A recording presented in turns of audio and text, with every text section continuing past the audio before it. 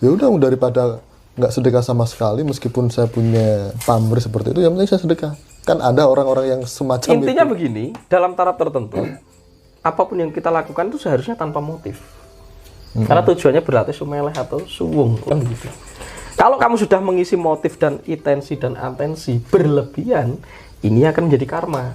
Karena sifat dari motif, atensi, dan intensi yang menguat itu akan mempengaruhi gravitasi.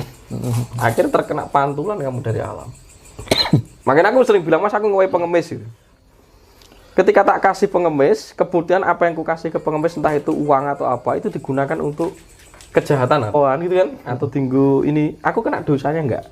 Terkena, selama kamu memberi itu punya motif dan atensi. Ketika memberi aku ben oleh akeh. Atau ketika aku memberi, wah biar dia tuh seneng, biar dia tuh ini, kena. Tapi ketika memberi, beri saja, selesai. Enggak usah kamu urus. Tanpa dasar apapun, yang penting Ora nek motif toh. memberi gitu ya Mas. Kecuali ketika pada waktu itu dia melakukan hal itu untuk kejahatan, ora kena neng awakmu karena kamu tidak memberi motif. Benar. Karena kamu tidak menanamkan data. Ketika dia melakukan sesuatu untuk tindakan yang lebih baik, kamu terkena dampaknya. Dampaknya apa? Karena tindakan dia. Iya. Bukan karena apa yang kamu beri. Karena apa yang kamu beri diteruskan kepada dia. Nah, suatu ketika tuh waduh meneh gitu. Gak ngerti Mas, akhirnya kembali ke kamu. Tiba-tiba di malam hari itu kamu berhubungan dengan karmamu. Karmamu misalnya harap kena serangan jantung, enggak situ. Gara-gara harus dipager oleh apa yang dilakukan tadi.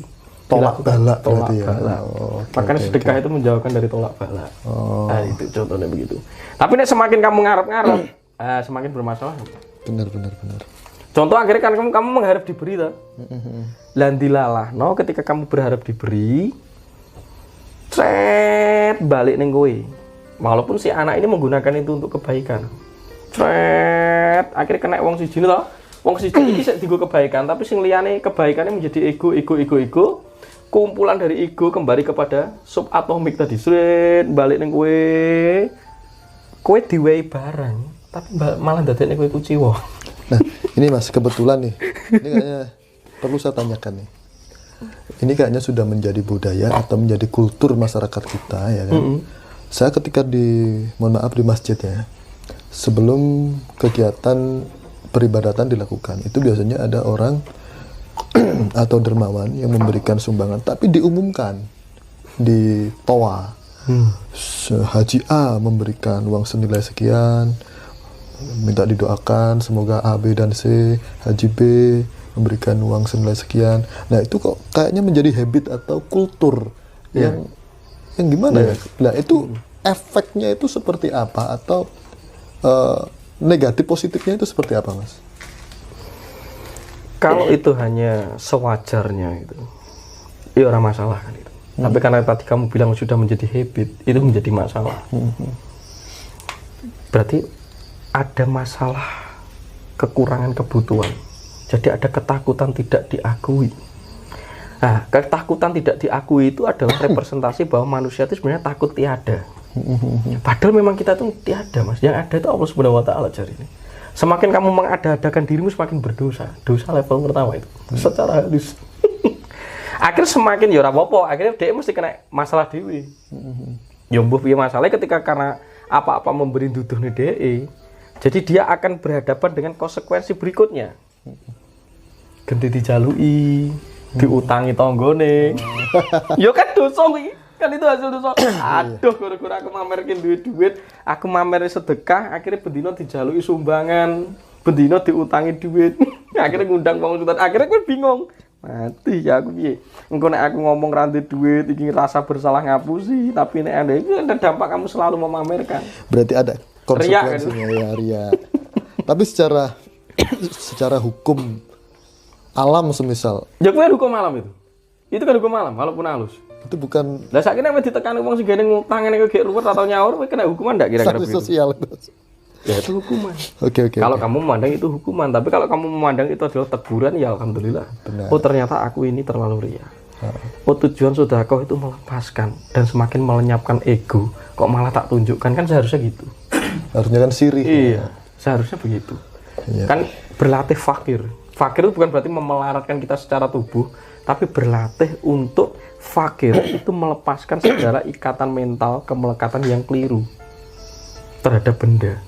Benda itu benar apa adanya, tapi bisa keliru gara-gara ada mentalmu yang keliru. Karena ingin Patung ini mbok klerokne karena mentalmu lho sing keliru, bukan patungnya yang bukan salah. patungnya ya. Termasuk uang, benda, kekayaan secara materi. Makanya orang Jawa itu sugih tanpa bondo itu harus didalami, Mas. Karena diarani sugih tanpa bondo itu karepe apa? Sugih ki batin dhisik. Ketika di luar dirimu ada kelebihan materi atau apa, itu konsekuensi dari batinmu yang sudah kaya. Karena hati yang penuh syukur dan gembira itu akan menghadirkan segala sesuatu yang dibutuhkan untuk hidupmu.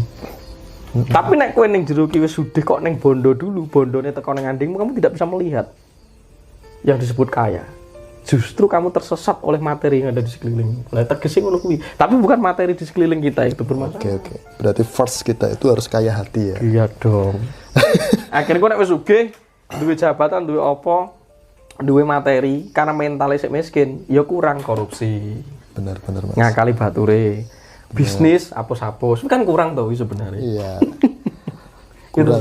kurang secara dikemas dengan bagus, jadinya nggak kelihatan. Oke Mas, kenapa saat meditasi Kundalini bukan napas yang terperhatikan, tapi malah kalimah Allah, ya kan? Atau yang muncul tanpa sadar dan tidak berhenti, itu kenapa? Dan kenapa beda dengan kata Mas Tunjung yang nyuruh perhatikan napas gitu. Jadi kan ada kalanya ketika mereka melakukan itu terfokusnya kalimat Allah, bukan seperti yang Mas Tunjung katakan tadi. Meditasi itu secara substansi ya, tujuannya itu berlatih sadar. Ya, mungkin di dalam tradisi tertentu cara memusatkan perhatian sadar itu dengan suara atau getaran atau zikir Allah. Padahal kalau diamati, tubuh kita itu sudah berzikir. Zikrullah, mengikuti sunatullah. Karena ketika kita bernapas itu zikir. Secara langsung, tak langsung, secara sadar, tidak sadar itu berzikir. Terus melakukan ritme itu. Setiap helai. Sistem tubuh kita, metabolisme tubuh kita itu zikir, sunatullah. Cuma kan kita untuk memahami dan merasakan kadang menyadari saja. Zikir yang sudah berlangsung begitu saja gitu. Yang sudah terus berlangsung tanpa henti. Yang disebut sistem hidup. Nah, akhirnya ada orang yang memilih memperhatikan pusat perhatiannya agar eling atau sadar terhadap kalimat Allah. Maka dikir bibir atau zikir. Tapi ada orang yang dengan nafas. Nah, orang Jawa memilih menggunakan nafas. Karena sejatinya segala apapun saja yang ada ini, itu dipimpin oleh nafas.